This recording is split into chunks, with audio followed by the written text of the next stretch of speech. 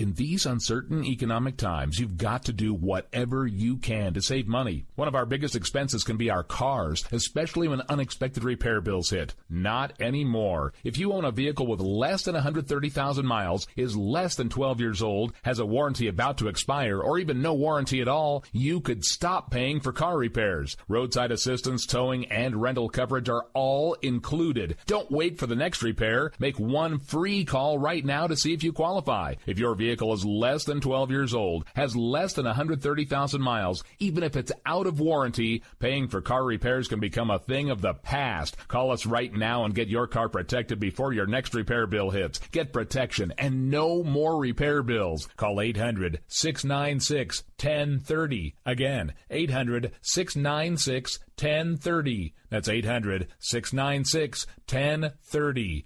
800-696-1030. You are listening to KLRN Radio, where liberty and reason still reign. All writers are prone to becoming so attached to our characters and stories that we struggle to see why a passage may not be working. It takes another set of eyes to help us nurture our writing to full maturity. At Black Wolf Editorial Services, we strive to enable writers to develop and grow, shaping stories into masterpieces that can stand the test of time. Editing services are provided for all genres and all age categories. Services range from critiques of the short story through to the line edits of the full-length novel and copy editing for those preparing for publication. We also offer assistance on generating a writer's bio for your websites, as well as help with those book blurbs and promotional material. We won't abandon you to the masses. We want to celebrate with you in your successes. Black Wolf Editorial Services, nurturing your writing into maturity. For a full list of services and prices, visit us at blackwolfeditorial.com. Individuals and businesses with tax problems, listen carefully. Do you feel like you're losing control over your finances? If you owe over $10,000 in back taxes or have unfiled tax returns, we can help you take back control. The IRS is the largest and most aggressive collection agency in the world, and they can seize your bank account, garnish your paycheck, close your business, and file criminal charges. Take control of your tax problems now by calling the experts at Tax Mediation Services and take advantage of the Fresh Start program and new laws that may allow us to negotiate a settlement for the lowest amount possible. Our team of tax attorneys and enrolled agents can stop collections and get you protected so you can take control of your financial future. Tax Mediation Services is accredited by the Better Business Bureau. Call now for a free case review and a price protection guaranteed quote. Call Tax Mediation Services now at 800-610-9050. That's 800-610-9050. 800-610-9050. KLRN Radio has advertising rates available. We have rates to fit almost any budget. Contact us at advertising@klrnradio.com.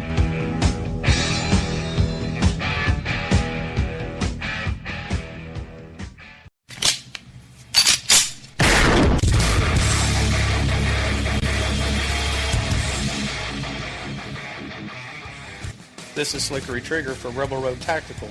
With proper care and feeding, your pistol will be ready when you need it, there to save your life. Shouldn't your gear be that good? Whether you need a holster for comfortable everyday carry or a tough-as-nails holster for your next training course, Rebel Road Tactical has what you need. Check us out on the web at rebelroadtactical.com.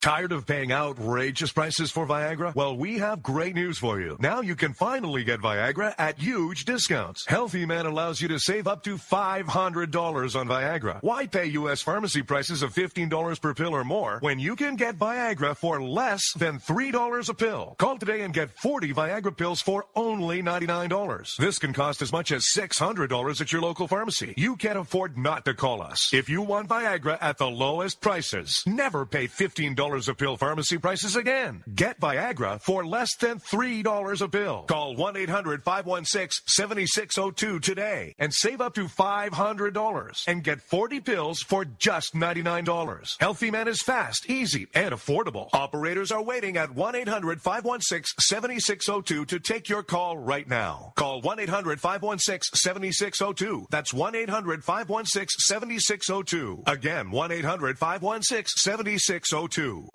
Is debt beating you down? You need discipline. You need the Debt Ninja. If you've been caught in a financial trap and need to be set free, then you need the Debt Ninja.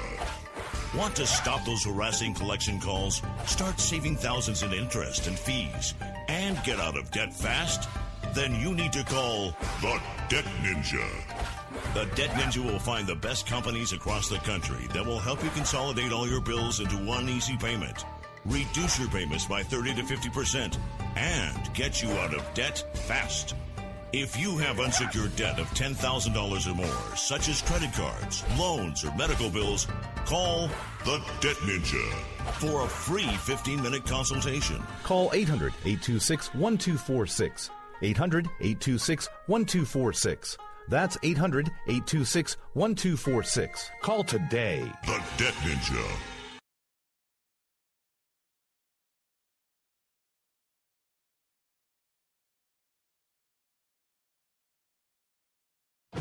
It's time to hear the truth about America's biggest challenges. You're listening to America Off the Rails with your host, Rick Robinson. Listen, folks, I'm here to tell you our political system is broken. The two-party system is dead. They have become one and the same. Keep on doing what you do, Rick. You're my favorite host. Favorite host. This is always the killer, the one that just destroys that never Trump argument. Hillary Clinton will fill the Supreme Court with liberals. She'll also appoint federal judges with a liberal bent to them. I don't feel no ways tired. I come too far from where I started from. Don't let anybody tell you that it's corporations and businesses that create jobs. Arrogant, sanctimonious, self-righteous, sabotaging Trump. Everybody's got to be covered. This is an un-Republican thing for me to say, because a lot of times they say, no, the lower 25% they can't afford. I am going to take care of everybody. I don't care if it costs me votes or not. Everybody's going to be taken care of much better than they're taken care of now. The government's going to pay for it, but we're going to save so much money on the other side. ISIS is honoring President Obama. He is the founder of ISIS. He's the founder of ISIS. Written by a nice reporter. Now the poor guy, you got to see this guy. I don't know what I said. I don't remember. He's going like, I don't remember. Maybe that's what I said. What realized is that the Bill Kristols of the world, the never Trump people, they were just never serious. They never had any kind of ground game. They never had an actual candidate they could pick. And in a surprising and disturbing move today, the Libertarian vice presidential candidate just agreed that rifles are weapons of mass destruction and people on the terror watch list should not be allowed to purchase guns. So in other words, the party of freedom is liberty for me, but not for thee. Go figure. Compromise where you can. Where you can't, don't. Even if everyone is telling you that something wrong is something right. Even if the whole world is telling you to move, it is your duty to plant yourself like a tree. All right, folks, happy Friday evening. This is America Off the Rails. I'm your host, Rick Robinson. This is the Friday edition where we bring in a special guest co-host. You know him as Dan. I know him as 1911 fan on Twitter. And he is with us right now. Good evening, Dan. How are you? I'm good. How you doing? I am currently speaking to all of you in my truck, driving home after a quasi-business meeting in downtown Charlotte, when a football game was going on. So I'm sitting in traffic. Yes, the Carolina Panthers played tonight, and I don't even know who won. But they played the Patriots, so I'm taking a wild guess. I'm going to say probably not the Panthers. Probably not. But I'm sitting in traffic, and I'm talking to you all from my truck. How y'all doing? The joys of modern technology. All right, folks, so as we've been talking about for a couple of weeks, we actually had a plan for this episode. Unfortunately, I didn't get a chance to promote it quite as much as I'd hoped because I've been running around like a crazy person dealing with football mess, etc. Because my youngest, who is actually a sophomore, just had his season opener tonight. So in between that, the car wreck, the trips to the paint factory, aka the chiropractor, and a million other little things, I just didn't get a chance to promote it like I'd hoped. We're still going to do this thing anyway and see if anybody's brave enough to call in. Phone lines will open approximately 10:20. I have family coming in hot from the end of the football game, so we may take the break at a randomly scheduled time, just to make sure you guys don't hear all the rigmarole. But the call-in number is 405-648-4798. If you forget it, you can go to the Spreaker page. It's right there in the description section where I'm going to start putting the call-in number anytime we have the lines open, so I don't keep having to give it out every 5 minutes. But this is the time for those of you who are voting Trump, even if you are hesitantly voting Trump, to give us a call to explain why you're voting Trump. And if you say because he's not Hillary, I'm hanging up on you and we're taking the next call. Yes. Pretty much. Very good choice. And I want real reasons. I want real reasons why you're voting for Trump. I don't want he's not Hillary. I want solid arguments as to why we're voting for Trump. Oh, I figure it's going to go about like the last one did, and we're going to call out over and over again, you know, and all these people that I've been talking to on social media for a few days, and I've said, hey, you know, you should come on the show and explain why you think he's the right choice. And the same thing I did for like 2 weeks the last time, and we're going to get probably a bunch of this. Yep. And see, I don't get it. You were, when we did this show the last time, I think you wore that cricket sound effect out. I actually had to replace it.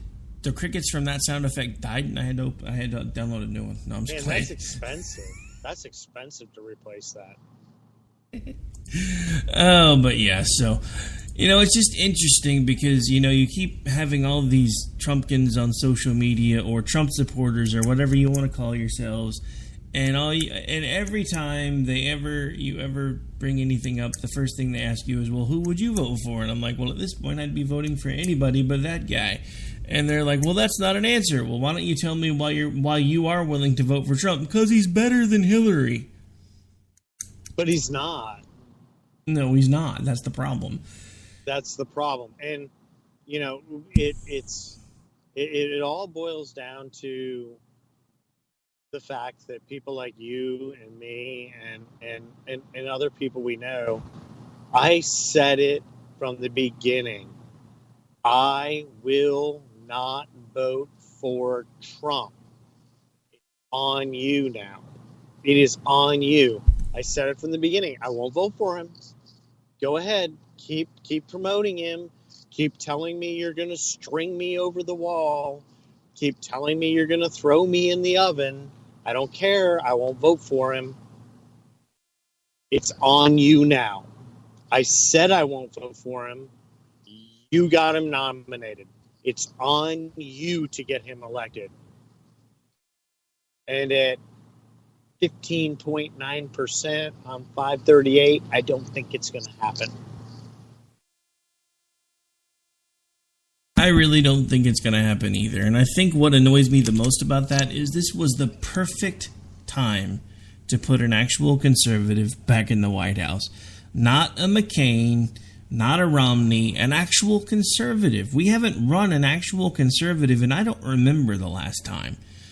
We had Walker, we had Rubio, we had Cruz, we had Purina, we had Paul. I mean, that right there. And people say, oh, they're not conservatives. I'm going to tell you what. Marco Rubio got slammed for Gang of Eight, and Trump came out and supported Gang of Eight this week. Oh, well, no. See, now he's kind of trying to back off of it again. Right. He's turned back off of it again. But he came out and supported this week. And I'm not going to say I agreed with Gang of Eight. Marco Rubio was a freshman senator, and he got pulled into that. And he had come out after that and said, you know what, that may have been a mistake. Well, you know what? Trump pulled Gang of 8 3 days ago, and the next day said, oh, no, that may have been a mistake. And all the Trump guys go, yeah, see, even though we supported it the night before because he said it, now we support the fact that he said it was a mistake. Well, you know what? Marco Rubio said it was a mistake before the election even started. But he still got slammed for Gang of 8. That's the reason I came back to that stupid party was because we had a chance to win. And people like Marco Rubio were the people I backed. And it's all over now, Johnny. It's over, Johnny. It's over. We have President Hillary Clinton. That is what is going to happen, whether they want to accept it or not. And then they're going to blame you and me for it. No, well, I mean, they're already blaming us for it. And I don't understand why they're blaming us for it, because they were the same ones that when Trump started picking up steam and was supposedly doing so great in all these polls, which, by the way, now he's not, but the polls are fake, but they were great when he was leading in them, but now they're all being faked, and it's a con, and he's... Well, the primary polls are something totally different, and they didn't look at the... No, everybody said that the general election polls during the primaries, those are all BS. But the primary polls, those are what counts. Really? Well, like you and I do, we follow Upswing and we follow 538, who they're not polls. I keep getting told that all the time. Oh, look at your stupid poll. No, it's not a poll.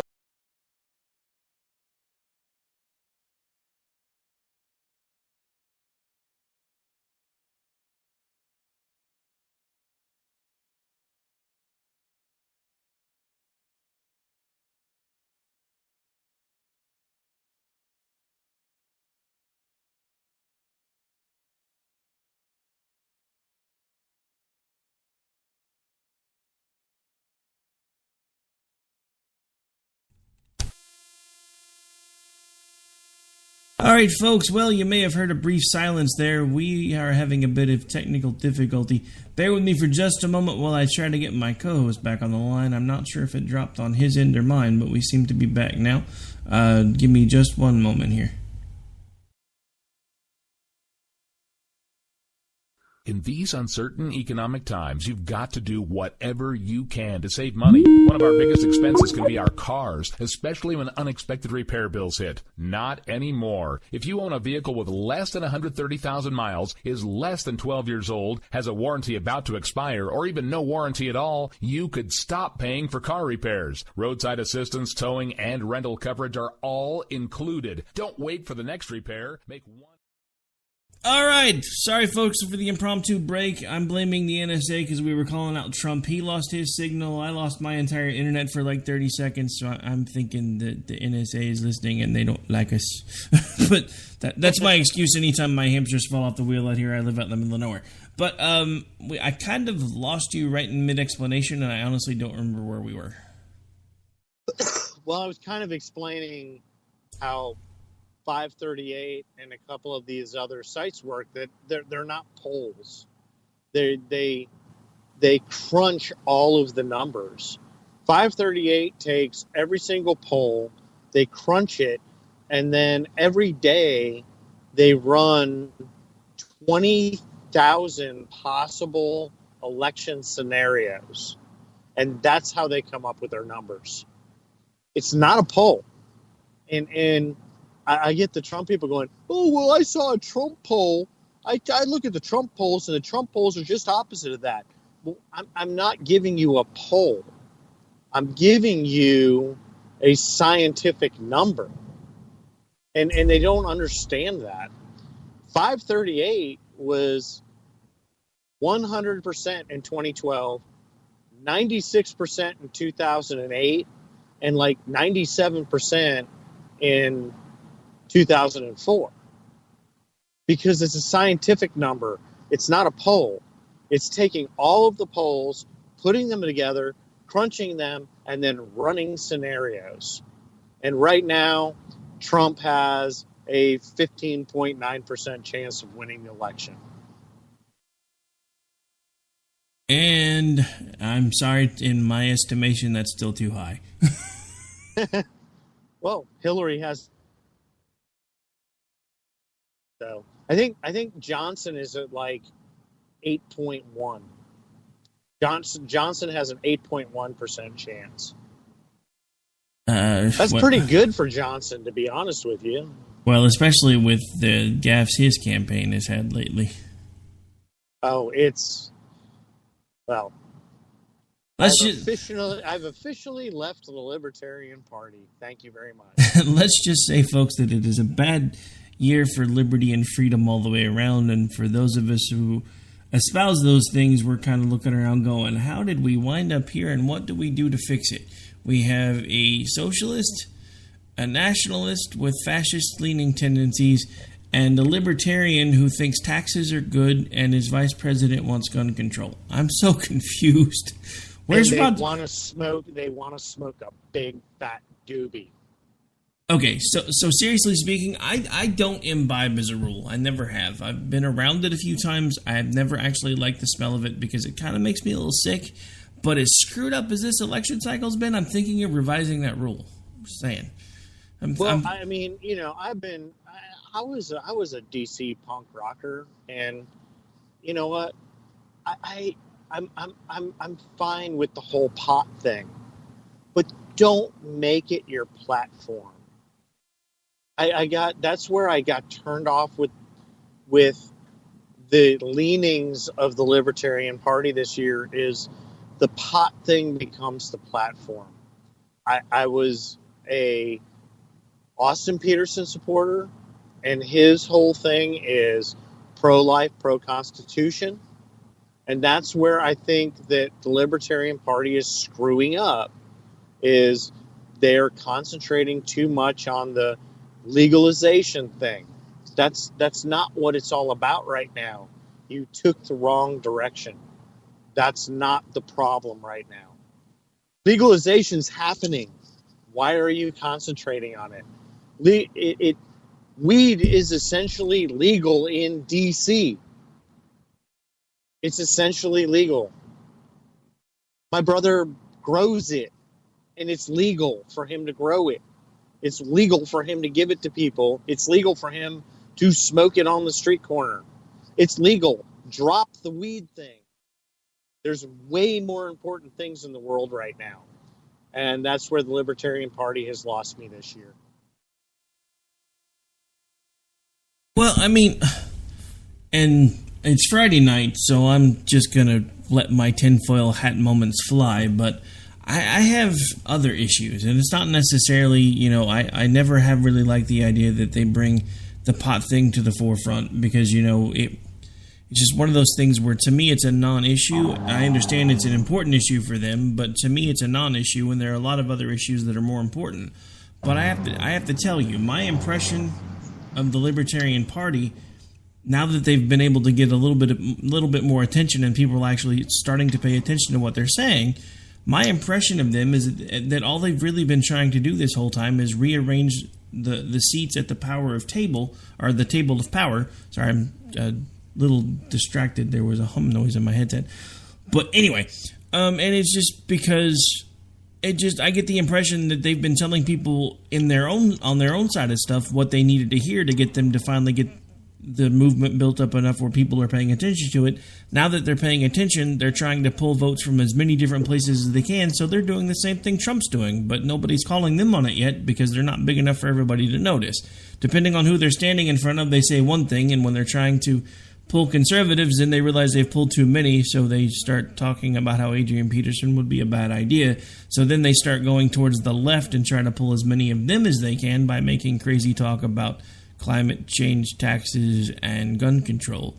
And right, we're gonna tax and God, can Johnson not freaking say the wrong thing? We're going to tax CO2 emissions. So they're going to tax our breathing. He meant to say CO, but he said CO2. You know, and I mean, I said something the other day on social media. I said the next thing they're going to do is just want to tax our farts. They want to tax CO emissions. The United States has the lowest CO emissions of any major country in the world. We are regulated on our emissions more than any other country in the world. And China doesn't give a shit. And they spew. They have no emissions. Their cars don't have emissions. Their motorcycles don't have emissions. Their factories don't have emissions. They don't have emissions, but we're supposed to keep bending over and paying taxes and paying more for our gas so that we have ethanol and everything else in it and replacing catalytic converters on our cars, but the rest of the world isn't doing it. And the Libertarian Party is right on that now. It should just be called the Libertarian Party, as far as I'm concerned. I am, once again, without a party. It's the Uniparty is now the Republicans, the Democrats, and the Libertarians. It's one big Uniparty. We should just start calling them Unibrow. Yes. Very good. The Unibrow. It has to stop. It just has to stop. Everybody, they all just come together with the same ideas. And I don't know. I don't know where we go other than try to get people together to say that enough is enough. Oh, well, I know where we go. One of the things that has terrified me the most about this movement surrounding Trump, and one of the reasons why, I mean, I wasn't quite as steadfast as you. I flirted with the idea for about a month, because when he first came on the scene, I really liked the fact that he was beating people up. I liked the fact that he was giving Jeb Bush what for, because everybody knows we didn't need another Bush. We don't need another Clinton, but I really thought with the way the field was this year that at some point somebody would manage to depose this asshat and actually manage to bring the Republican Party back under control. Sadly, that didn't happen. But one of the things that I've noticed in a lot of articles and stuff that are coming out lately is because of the hatred and the anger and the overall shenanigans, and not in a good way, of the Trump campaign, we have lost millennials. They're out. They're like 75%. 75% of millennials are like, this dude's an ass clown. I'm going back over here. So all of the work that we have put in for and I say we because I've been right there. I've been doing this now for almost 7 years. So for 7 years, and even more quietly behind the scenes for about 10 years total. But for 7 years, a lot of us, and some of us for even longer, have been doing everything we could to convince people that the Republican Party was not how we've been portrayed in the media, and that it really is a place that cares about freedom and liberty and everything else that we tell them we stand for, and then we put up this cartoon caricature of every bad thing the Democratic Party has ever said about the Republican Party, and they flock to him like he is Cheeto Jeebus. Oh, wait, did I just say that? That's exactly right, and I will not associate myself with the Republican Party anymore. I'm done. I came back, and I'm the fool. I left it 12 years ago. I left it. And like the old saying goes, fool me once, shame on you. Fool me twice, shame on me. I am so pissed off at myself for coming back. It was the dumbest choice. I should have stuck with the Libertarian Party. And I'm not going to say that my one voice would help, but if I had stuck with it, I would have been Austin Peterson, all the way. I would have touted him. Yeah, but that's just gone it. to bat for him. But you know what? It took before the nomination, before I knew what was happening, but it was just before the nomination of Trump for me to go back and really push Austin Peterson. But it was too late at that point because the Libertarian Party was going to go Johnson. And yeah, but here's the thing, though. They were going to go Johnson anyway, and let me tell you why they were going to go Johnson. They knew, and I can actually tell you off the record that I heard this from somebody really high up in the Libertarian Party, but I won't mention his name because he told me off the record.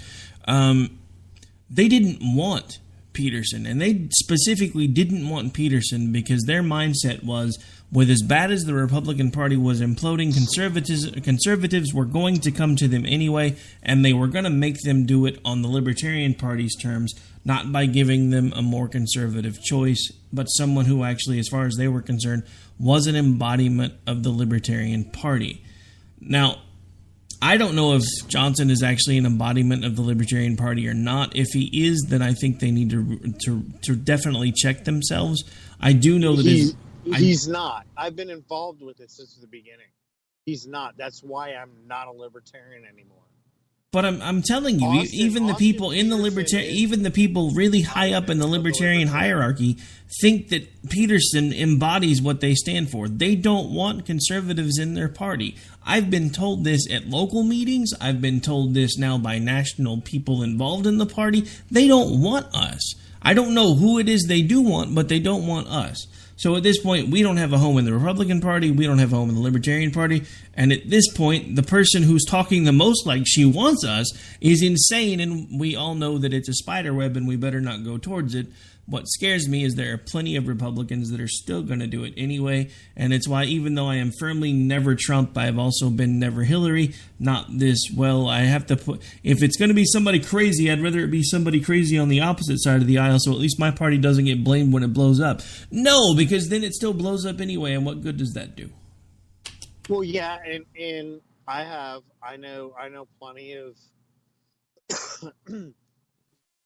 ex-GOP, whatever you want to call them, that say they're going to vote for Hillary. And you know what? I almost can't blame them. I mean, I really can't.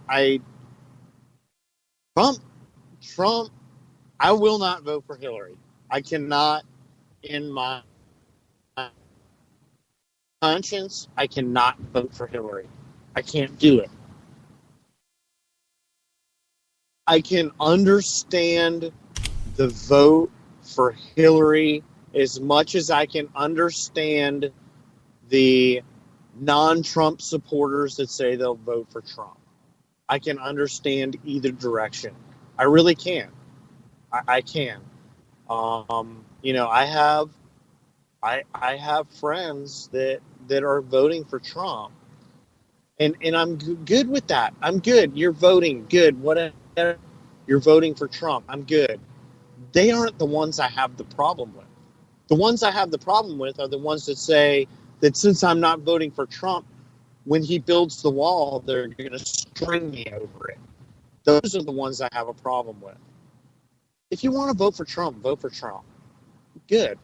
Don't tell me how to vote. I have friends that are voting for Trump. They don't have a problem with how I'm voting. I'm good with that.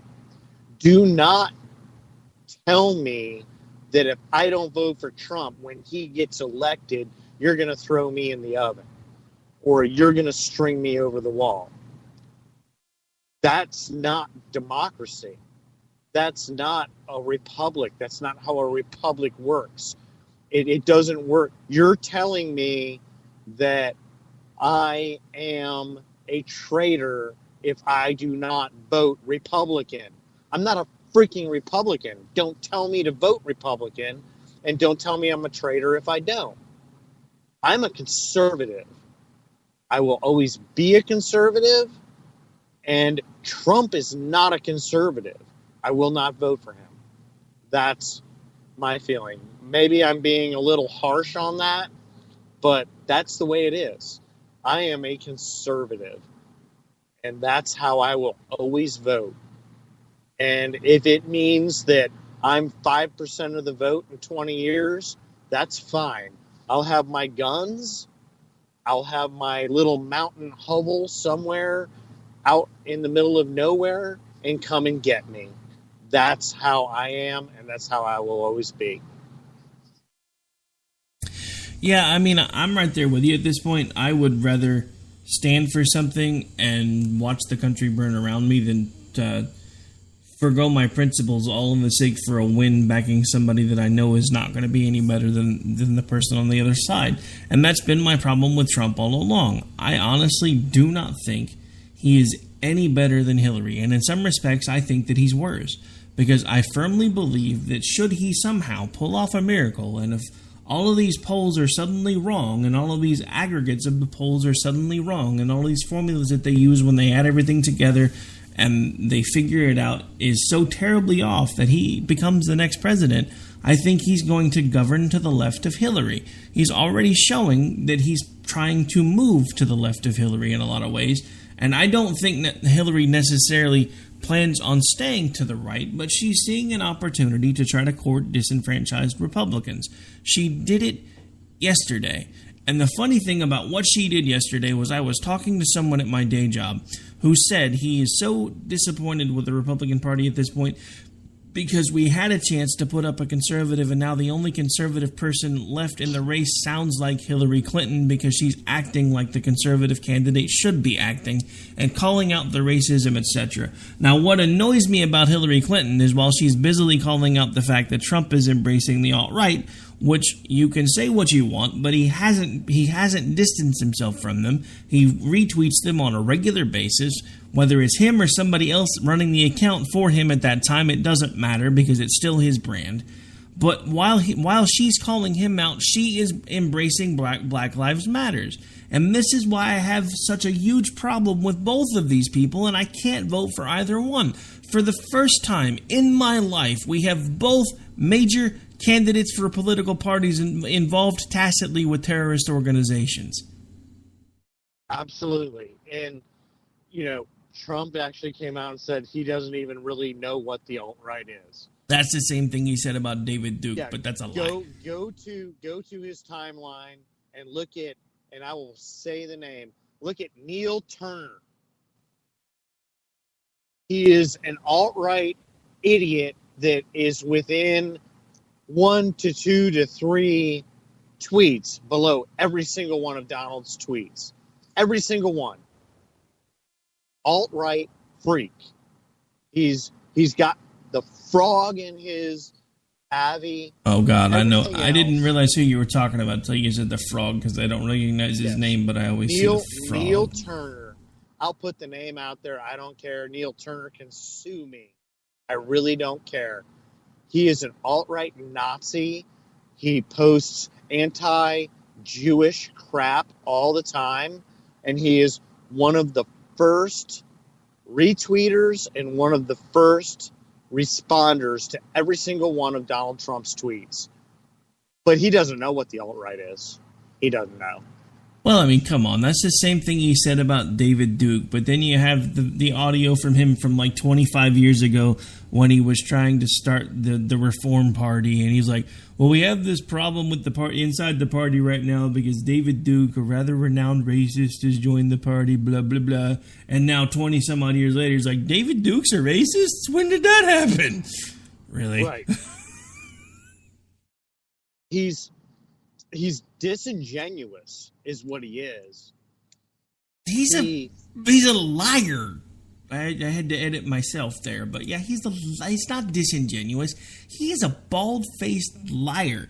They have put wait, Hillary's a liar. Yeah, they're both liars. This is a historic election. It's historic. Literally, we have the two most unelectable people on the face of the earth running for president of the United States. And the rest of the two most unelected. Let that sink in. The two most unelectable people are running for election. You know what really worries me? I have some friends outside of the country. I think I'm going to start trying to make contact with them and maybe get them to come on once in a while to give an outsider perspective, because it's interesting to think about the fact that they've now watched a president for the last 8 years basically go around kissing every other country's ring and telling them how terrible we are, and now they're watching us kill ourselves to put into play as president either someone who is insanely criminal or criminally insane. Correct. I don't know. I have to laugh. You almost have to laugh. Well, it's either laugh or cry at this point, because well, look, we've had 8 years of literally. I literally at work have not had a raise in 8 years, because whether it be because of healthcare premiums or tax increases, every raise I get is taken from me. 8 years later, I make at or less than what I made 8 years ago. And we are electing the same thing. The same thing. Gas is more than 8 years ago. Groceries are more than 8 years ago. Healthcare costs more than 8 years ago. And yet, I make the same amount of money as I did 8 years ago. But Obama's made it better, and we're going to put the same thing back into office.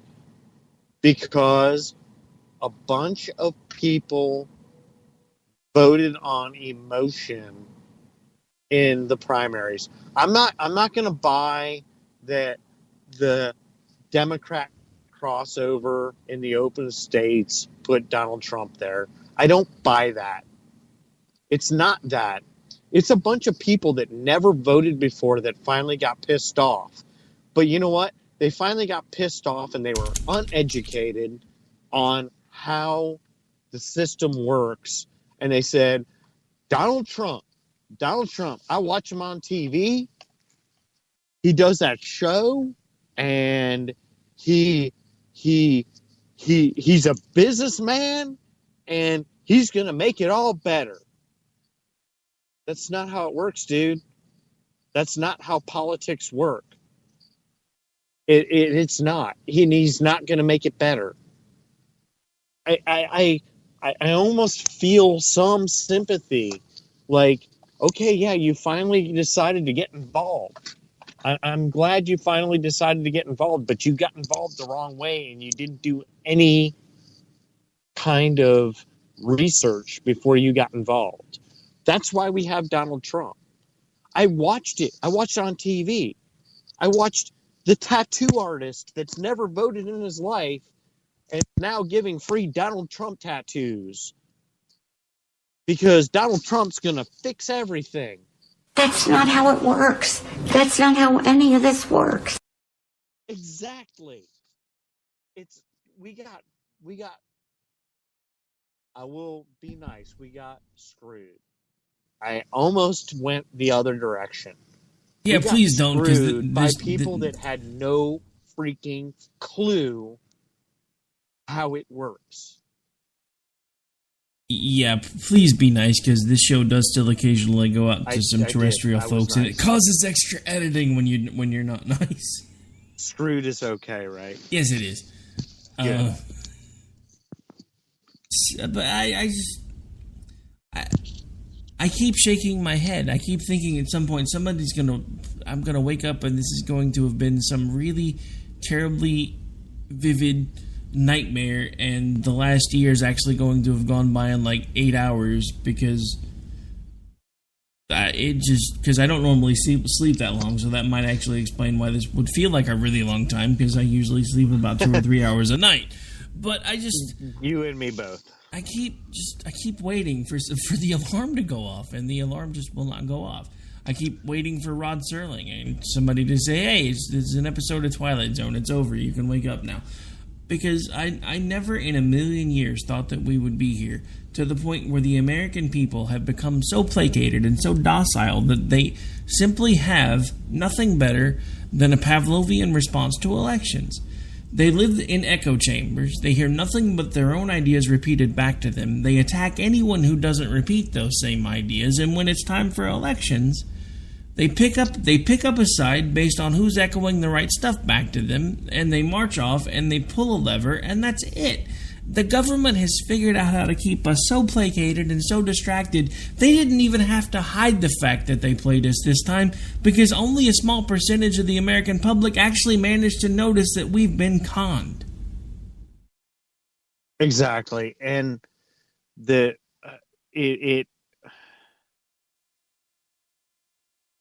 man, I'm trying to search for words to keep it clean again.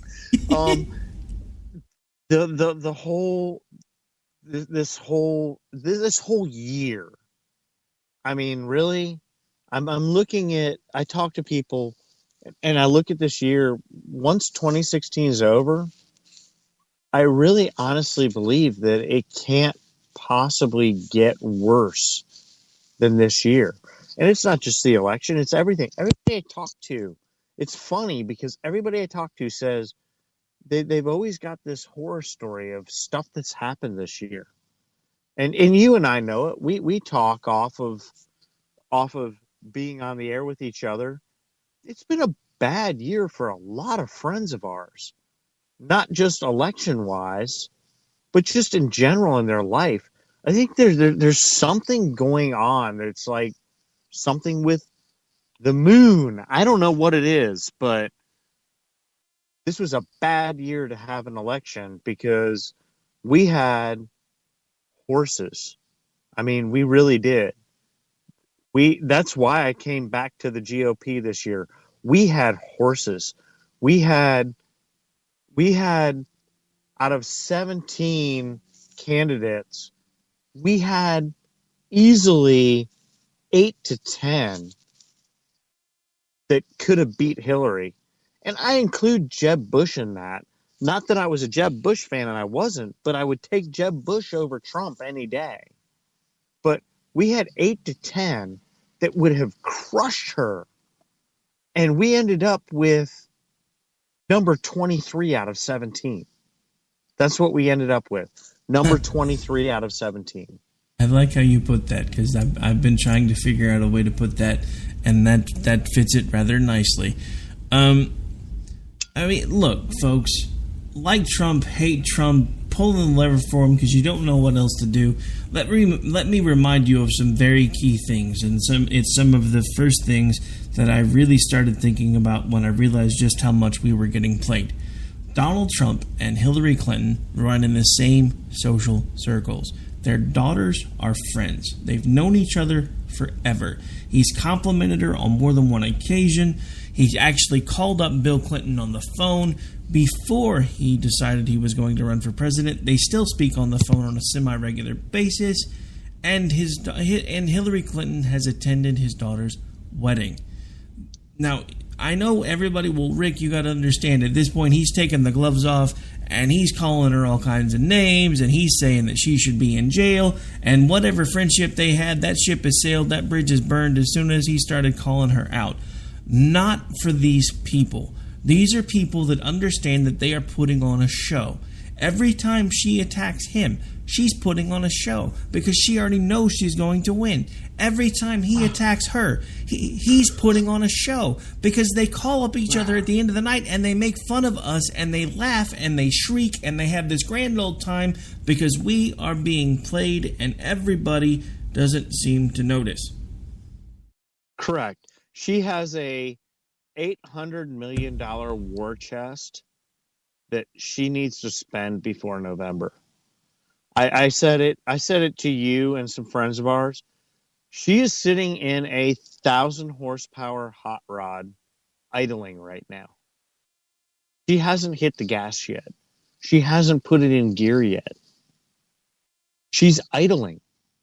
She hits them on social media and an ad comes out here or there in a swing state. She has $800 million to spend. He has like maybe 100 million. He's going to get destroyed over the next couple months, and he knows it, and he doesn't care. He doesn't care. He doesn't even really attack her on social media. You know what he does? On Twitter, he attacks the media outlets that are favoring her. He doesn't attack her. He attacks every day. He attacks the Morning Joe show every day. That's his attack. He has high school attacks. She is grad school graduate sitting in her hot rod right now, and he's attacking her like a high schooler. Well, I mean, that's what's happening. Again, he's doing what he's supposed to do. Yeah. And that's the whole thing. I don't think either one of them actually intended or comprehended that he would be the one at the end of the race. I think his job was to take out the strongest candidates and leave somebody there that they knew that she could beat. But what they figured out very early on is the people were so angry, and this is another thing that I knew when we were getting played. When Donald Trump admitted in an interview that any time he was losing the crowd at a rally, all he had to do was say "wall." Yep. That was when I knew we were getting played. And that's why you saw him try to walk back the wall on several occasions. You've seen him try to go back to what I like to call tramnesty now, or even better, amnesty, just because it makes her mad. But I just... And you know, we saw the uprising, the little bit of a revolt about it. Then we saw all the hardliners going, well, if he's doing it now, there's got to be a reason. Really? Then why wasn't there a good enough reason when Jeb Bush had the same position? Why wasn't there a good enough reason when Marco Rubio had a very similar position? Why was it that at this point Ted Cruz is actually harder on immigration than Donald Trump, but you guys called him all kinds of names because all Donald Trump had to do was come up with a cute pet name to call them, and you ran out with it like little schoolgirls and go, Lion Ted, Lion Ted, Lion Ted. And look, Ted Cruz was not even like my fifth choice.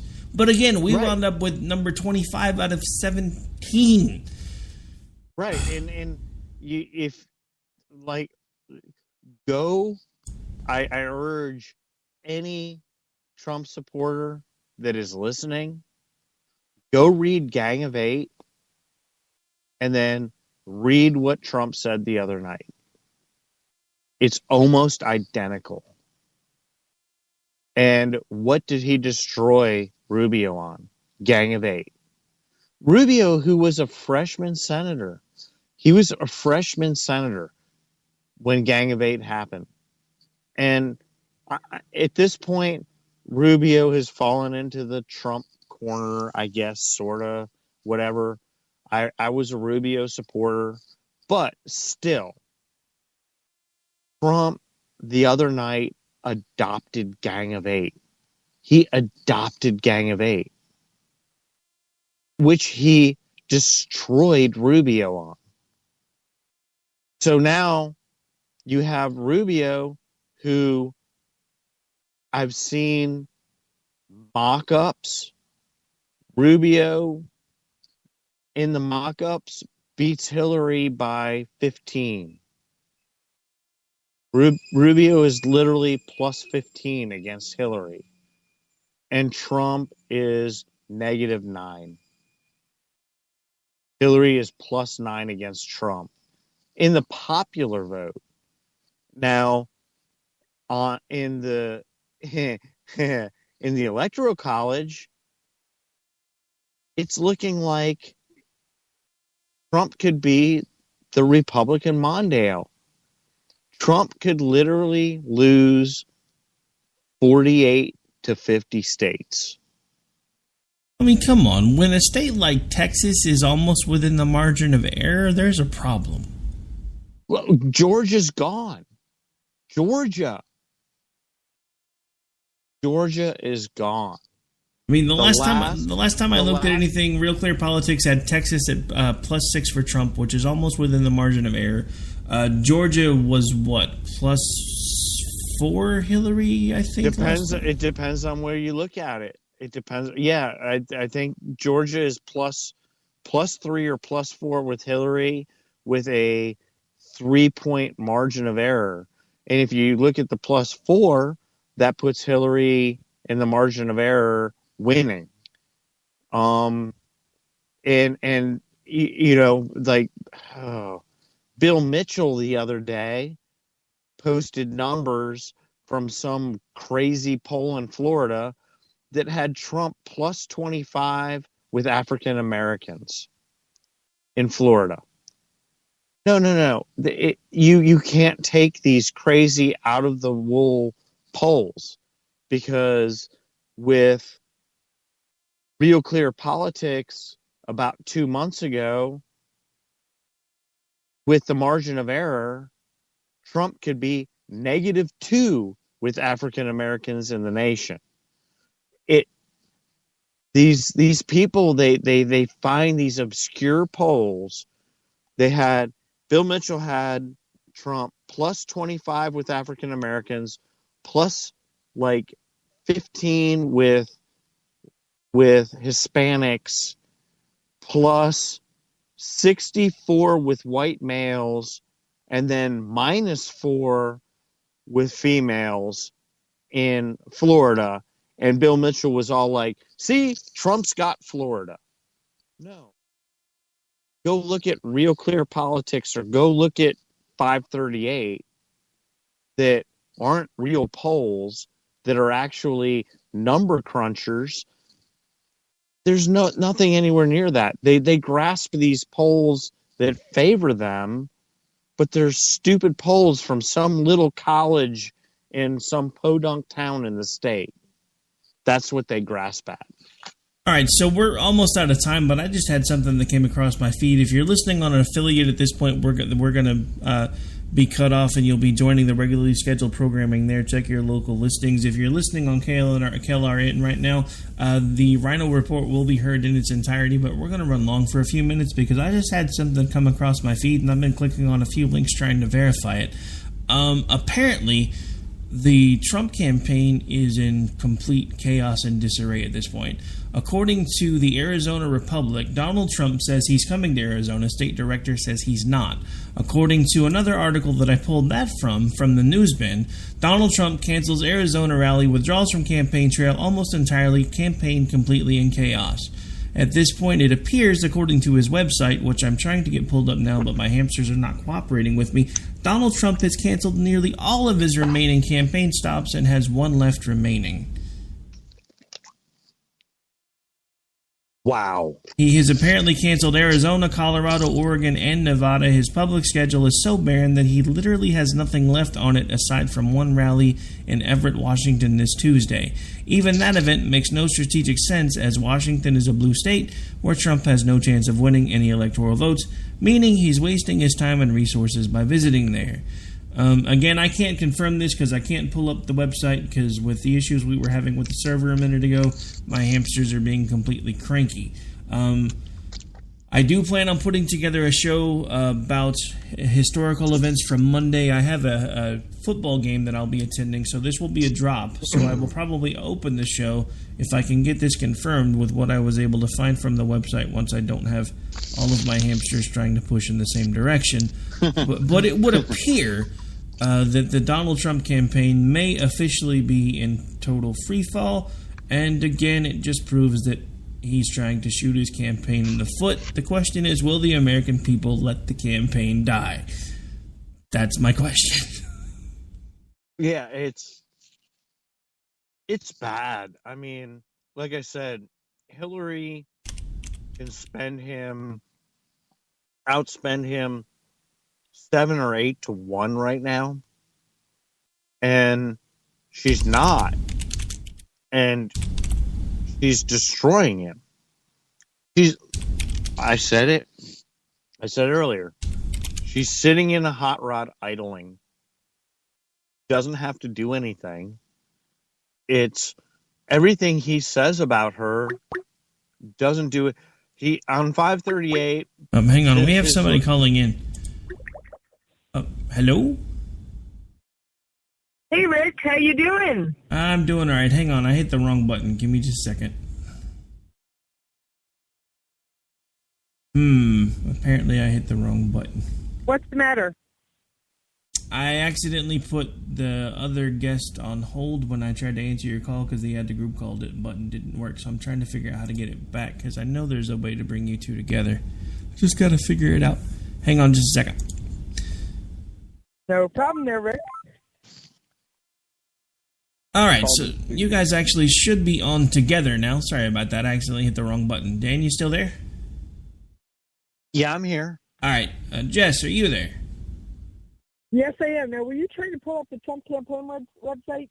I was trying. The hamsters weren't cooperating, and now I'm being locked into some. If I can get it for you. Well, now I'm being locked into some freaking donate thing or log in and etc. And I'm like, really? I'm not creating an account just to see your schedule. Oh, hang on. Let me see what I can do. All right, cool. You know I can work miracles once in a while. Once in a while. Hey, it's worth a shot. I was actually hoping you were a Trumpkin. Not bad. I didn't catch your name before the interview, sir. Okay. And not an interview. He's a recurring guest co-host. You know me, Jess. Dan. It's Dan. Okay, yeah. All right. Trump's official campaign event is August 30th in Everett, Washington. Now, Pence still has events the 27th, the 29th, the 30th, and the 31st. So his website does specifically say there's only one event remaining? For Trump. Nice. Yeah, it's now, over, Pence Johnny. Will be in Virginia on the 27th, Georgia on the 29th, in two locations. Then he's probably staying overnight in Georgia because he's in Georgia on the 30th. Then he's in Winston-Salem, North Carolina on the 30th, and Sarasota, Florida on the 31st. Yeah, but when the top of the ticket starts pulling the plug, it's over. Turn out the lights. Yeah, they're putting out the plug. Are you rearranging deck chairs on the Titanic? Pretty much. That's right. It's over. So my question, though, honestly, are they on the Titanic or the iceberg? Because who knows? I mean, Trump's campaign theme song should have been "I Came In Like a Wrecking Ball." I'm just saying. Worst. Not only the worst candidate that the GOP has ever put forth, the worst run campaign. I could have run this campaign. You know what? Dude, people got paid for consulting for this campaign. I didn't graduate from college, and I'm a project manager for an automatic door company. I could have run this campaign better. Dude, people got paid like $300,000 to consult for this campaign. I've consulted for political campaigns. I never got a paycheck. Just saying. I've never heard of a political consultant actually getting a paycheck. I don't normally cover politics, but Dan, I do want to actually make station manager Ann was actually hitting me up earlier today. I think she's gone off her rocker again, Rick, but she may have a good idea. And she's always off her rocker. Oh, my not so silent partner, the station manager around these parts. Anyway, do you know what she wants to try and put together? Well, she's talked to me about a couple of different things. What's she talking to you about now? Election night.